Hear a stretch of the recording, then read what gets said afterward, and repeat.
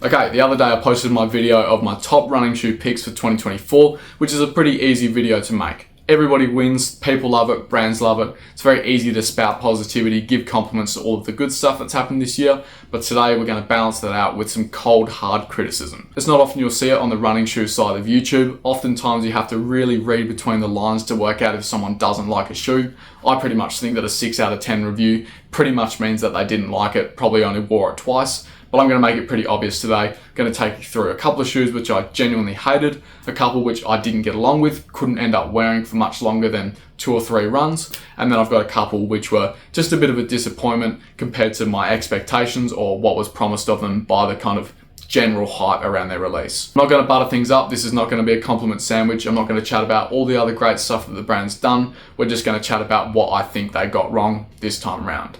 We'll kick things off with the 3 shoes which I genuinely didn't like, which is probably going to be topped off straight away by the Brooks Hyperion Max 2. This shoe is firm, clunky, unyielding. It's too hard to run slow. It's too dead to run fast. It's just in no man's land in terms of its use case for me. And I think it's completely overpriced at $300 here in Australia, to the point where I don't think there's anybody who this shoe would be a good value pickup for. If you're going to be spending $300 on a trainer, you may as well spend an extra 20 bucks. Get the Super Blast 2, which outperforms this shoe in every single metric. It's bouncier, it's lighter, it's more responsive, it's more comfortable. This shoe is just a bit of an insult to the running shoe market at the moment. I think the main problem is that Brooks are clinging to this outdated Nitro EVA technology, especially in their performance models. You can use it in your daily trainers to great effect. We still see Puma using it in the Magnify Nitro 2. Mag Max, it was a great success as well, but putting it in performance trainers is just no good. It's not got enough response to really keep up with the rest of the pack,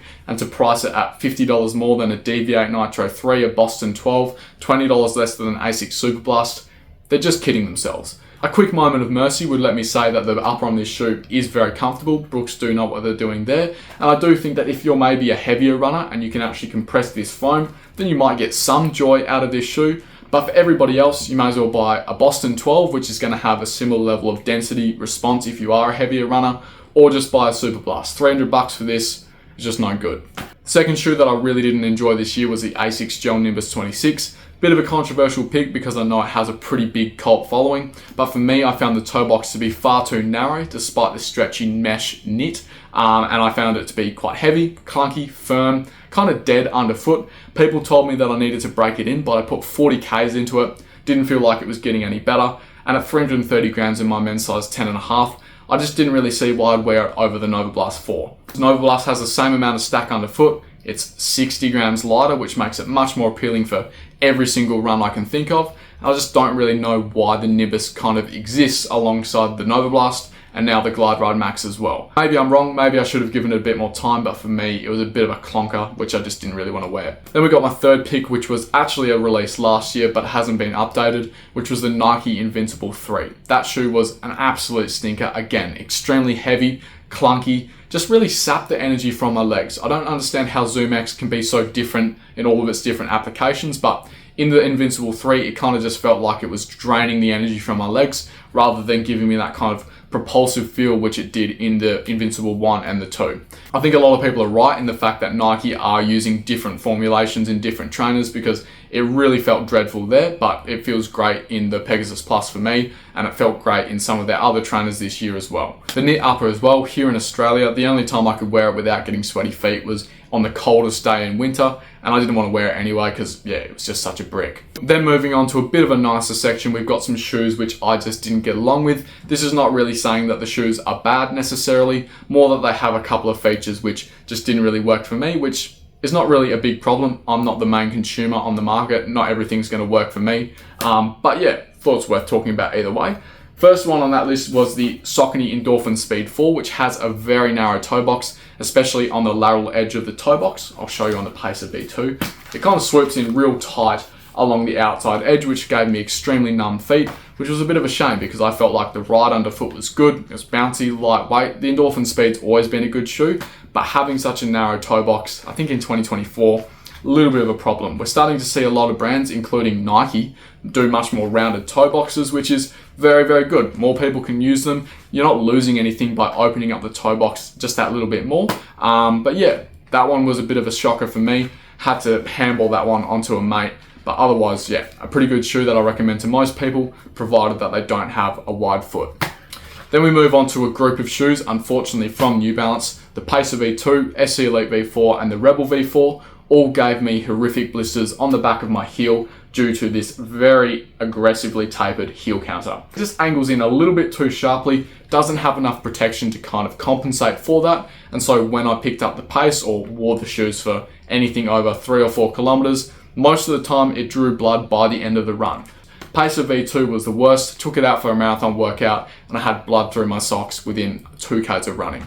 I'm not the only one either. I've seen a lot of reports of some pretty horrible blistering online, so this is definitely something that New Balance should look to fix next time round. Spoiler alert, they already have. I've seen a few of the prototypes. They look really good. But yeah, this time round, bit of a shame. Pacer V2, ST Elite, Rebel V4, all didn't work for me. Aside from that, I thought all of those shoes were decent enough, ones that I could recommend to people depending on what they were looking for. This was a reasonable session shoe for sure, maybe a little bit overpriced at 330 bucks. I think most people should buy a Vaporfly or a Deviate Elite 3. The SC Elite V4 I felt was a little bit of a people's shoe, kind of something to stay comfortable and cruisy through the marathon race. I think most people would get more value out of a Superblast 2. And then the Rebel V4.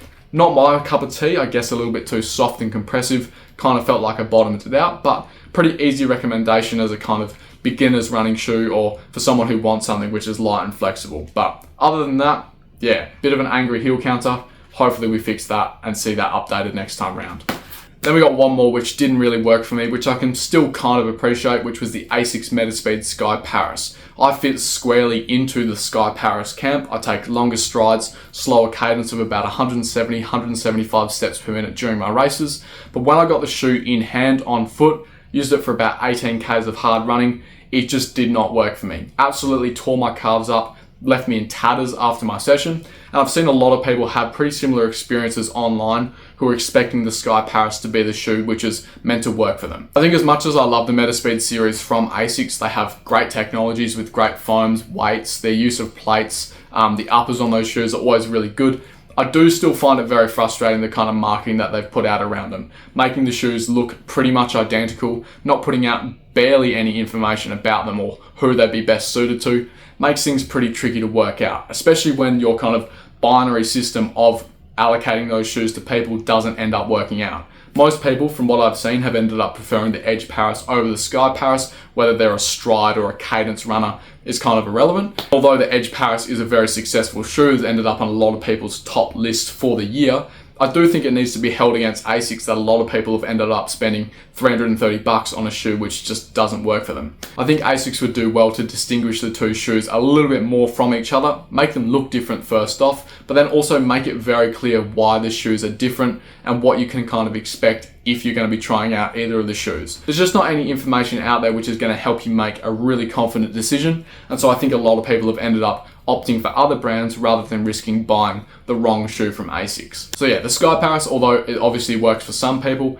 bit of a dud for me. I think the Edge Paris is a much safer bet if you have no idea about any of the cadence or stride runner kind of stuff. Just go for the Edge Paris, it's probably going to be the more reliable pick of the two.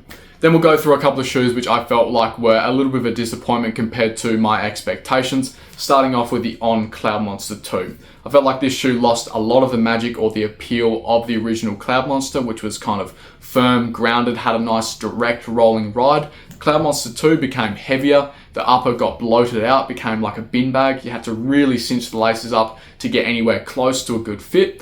And I kind of felt like with the widened cloud pods, the taller stack, extra weight, kind of ended up becoming a bit mushy, sluggish, a little bit uninspiring. All those things together kind of moved it to the outskirts of my rotation. Not really a shoe that I found myself reaching for. Haven't really run in it since. Then we got a slight miss from Puma with the Farstar Nitro Elite 2. This shoe mainly suffers from weight for me, 270 grams in 2024. It's kind of pushed it out of the racing category, at least in my rotation. I think that it is still a pretty good shoe for tempos, longer threshold stuff. I'll use it for a long run occasionally as well. But yeah, it's a bit of a shame that Puma chose to debut their aliphatic TPU foam in this model because, yeah, it kind of fell to the wayside. A lot of people discounted it from being too heavy, and I think that they probably could have done a better job of introducing some pretty exciting technology. Still one that I enjoyed, but 270 grams It's just that little bit too heavy for me to go into a race feeling confident. Then we got another one, which is a bit of a heavy model, which was the Hoka Cellow X1. This is a bit of a disappointment because it is $420 and I don't quite think that it lives up to that price tag. It is a very comfortable, smooth racing shoe. And I think it's kind of turning into the people's racing shoe, one that you can stay comfortable in, use for your first time marathon. You can do a lot of your training in as well because it is fairly durable. It's kind of like I guess an upgraded Super Blast maybe. But yeah, I don't think that this quite deserves the hype that it has. I think a lot of people could get a similar experience from the SC Elite V4 or the Super Blast, I guess, is lighter than this shoe. It's still got a really good response. $100 less as well, I think is a pretty good selling point here in Australia. For me, again, 270 grams, I would just never consider racing this shoe. I do think that it feels very fun for some sessions, a few up-tempo long runs as well. But when push comes to shove, I wouldn't be chucking this shoe on foot if I wanted to run an absolute all-out PB.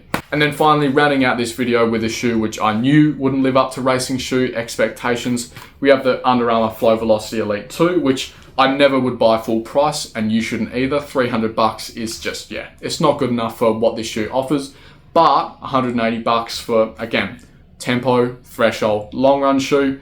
I guess all three of these shoes, honestly, they're just not really good enough to be all-out racing shoes, for me at least. A little bit too heavy, but you can pick them up on discount. Use them for your training, for your sessions, your long runs, your thresholds. I think they can do a pretty good job. The upper on this shoe is very, very nice, but yeah, the midsole foam, using a supercritical EVA foam on the bottom layer, you're just never going to get the same level of response and rebound as you would with a full PEBA midsole. So yeah, I think Under Armour probably know that. I'm sure they're going to mend it with a better shoe, which I think is on the horizon. I've seen a few prototypes knocking around Instagram. But yeah, this is one that will disappoint you if you expect it to be a racing shoe and if you spend $300 on it. But if you spend $180 on discount, yeah, it could be a pretty good pickup, but yeah, still falls into this category for me. So there we go. That's a bit of honesty for the end of the year. Hopefully that comes together in a nice semi-coherent package. Yeah, we're going to chat about my favorite brands within the next couple of days, so keep an ear out for that.